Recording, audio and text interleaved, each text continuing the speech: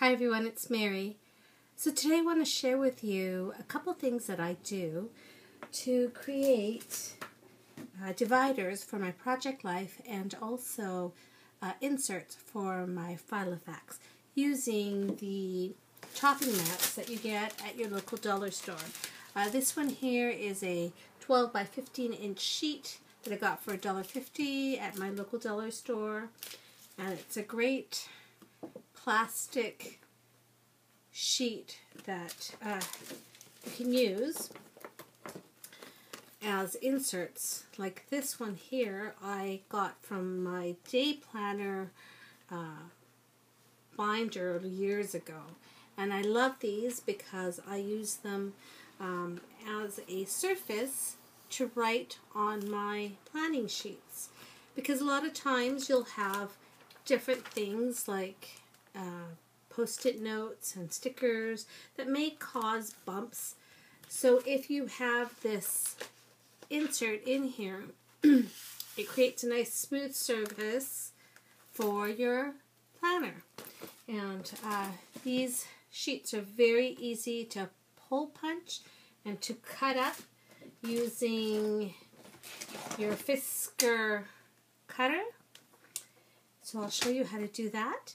And another trick that I have used this chopping mat is to create dividers for my project life 3x4 and 4x6 sheets. So I'll show you how to do that. So stay tuned and I hope you enjoy the video. So this is my accomplishment journal. It's a antique rose A5 Malden, and I use her to write, to journal in, really. And the thing about this journal is that I don't have very many inserts in here that cause me to have a lot of bumps or uneven surfaces when I'm writing on my planner.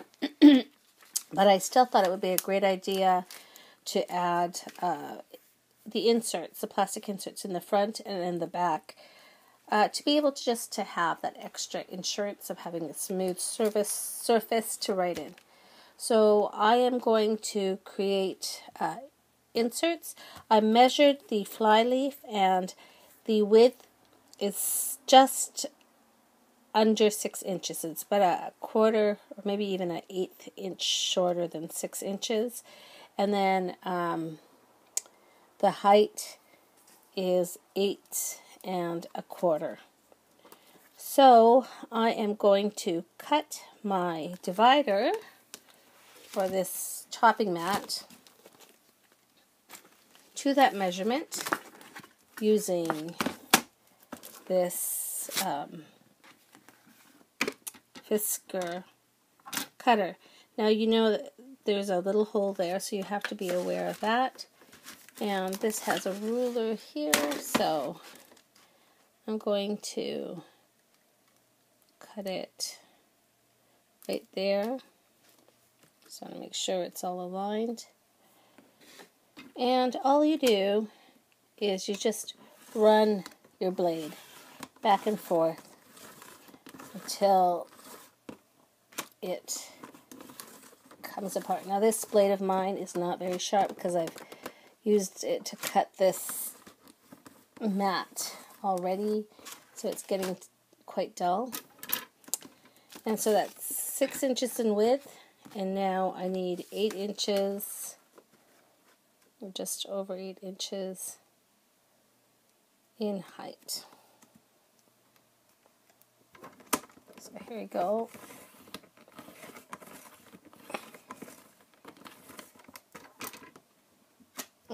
It's almost there. There you go. So that should fit. Let me just pull the flyleaf off so that I can see if it fits. Okay, as you see, the flyleaf actually is a bit higher than the actual sheet. Let me just take a Filofax sheet and see how that measures to this. So yeah, I did cut it a little short, so you do have to cut it a little bit higher than 8 inches. But I think it should be fine for my purposes because I'm just basically writing in this area here. So even though this sheet is a little short, it should be fine. So now what I need to do is figure out where I want to hole punch it. Now, I could try and use my 6-hole punch that I got from the Japanese website, but I'm a bit afraid to damage it, and I know that my Your Memory Keeper hole punch, this, what is this called? I don't remember, but I know that this will have no problems cutting the surface that I want, so I'm just going to use this instead, and I'll use the biggest hole. What I think I'll do is I'll take a pen and I'll try and write on here to sort of give me an indication to where the hole should be. Okay, so I've added more colors so that I can hole punch it a little bit better. This is trial and error here, so let's hope this works out. There's the first one.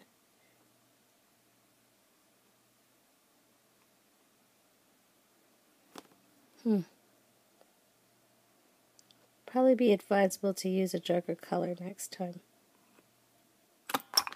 2.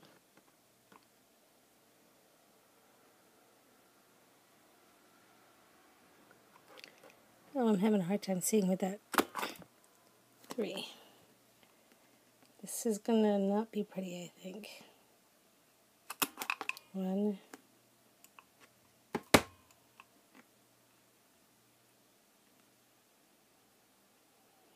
2. 3. Okay, it's there, but I don't know if it's going to fit. We'll see how it goes. So here it is. Ah, perfect. So it fits nicely in there. See? Now, the thing is that I'm going to be pulling this out almost daily, or at least weekly. So what I want to do is I'm going to create slots, or slits, not slots. I'm going to create slits in the plastic. And what this will do is it'll enable me to pull the sheet out of my planner without opening up the rings. So I just use like maybe a 1/8 of an inch slit,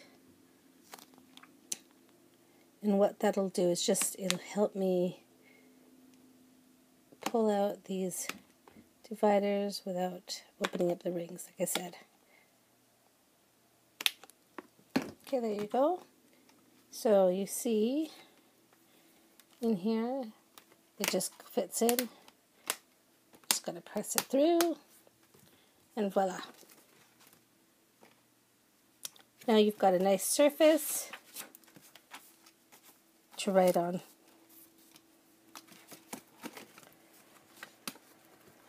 So I will create another one of these for the back, but I also wanted to show you how you can create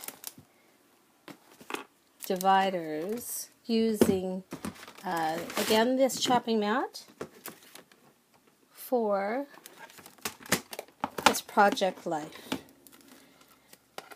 So in my Project Life, I have these, and what they are just the chopping board, again, and I cut them at 4 1/4 by 3.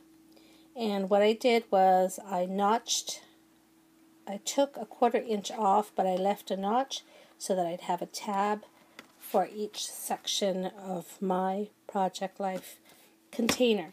So in the section I have one that's called designer paper, I have one that's called statement cards, and I have one that's called journaling cards. These are just repositional tabs that I got from Daiso, and they fit perfectly as my label. And then within that section I have subsections. So with the designer paper I have cut 3x4 sheets, and then I just added a tab with a label on it. So in the subsection for the designer paper, I organize my sheets by color and rainbow order. So I have red, and I consider pink a lighter shade of red. So I have red, pink, orange, yellow. So that's Roy. G is green.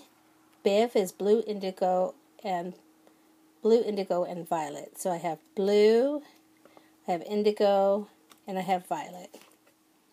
And then behind that, I have black, and then I have craft paper, and then anything that is multiple colors is rainbow. So I organize all my cards in that rainbow order. And then within this designer paper and the rainbow order, I also organize the sheets by design too. So for example, this green. First thing I have, hold on, let me put this divider back in. So I have circles, and then I have chevrons, and then I have stripes, and then I have patterns. So these are all patterns. And each section, each colored section is organized in that way. And then in the statement cards, my categories are love, family, friends, and summer, and then holidays. And then behind that I have miscellaneous, and my miscellaneous is organized by horizontal sheets and vertical sheets. So horizontal sheets are just sheets that are like this, that are horizontal. And vertical sheets are just sheets that are like that, vertical. And then the last section I have is journaling cards. And in the journaling cards, again, I have them in rainbow color. So I have red, and then the pinks. And see, even this is pink because there's a little pink in there. It's a judgment call, really, to how you see it.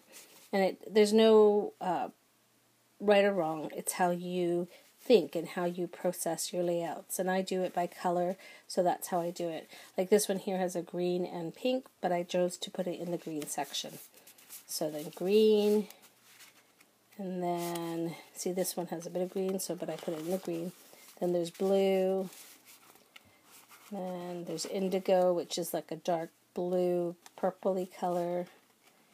And then I have purple. And then I have, actually the craft should be, it should be black first, and then craft, and then rainbow. So this is how I organize my Project Life 3x4 cards. To me it makes sense because I organize everything by color, and then I do design, so it just helps me out. But let me show you how to create these tabs. So I'm still, how far have I gotten on here? I'm still working on these. So I think the last tab I created was violet. So now I need one for the black. And again, depending on what you're making, for example, if I was making one of these tabs, I would cut it by the width and 4 1/4 in height, and then I would just cut a 1/4 inch off and leave a tab to where I wanted it to be. But you notice my tabs are all different so that it stands out. That's how I've done it. But I'm not creating tabs right now, so I'm just going to show you a very simple process of cutting 3-inch, and this is 12 inches in width already. So, you've got to be careful because it does slide, so you have to watch it. So there, got to hold it secure, especially when your blade is dull like mine is. And then I just cut it up to 4 inches. I don't know if you can see. I don't know. Is that alright?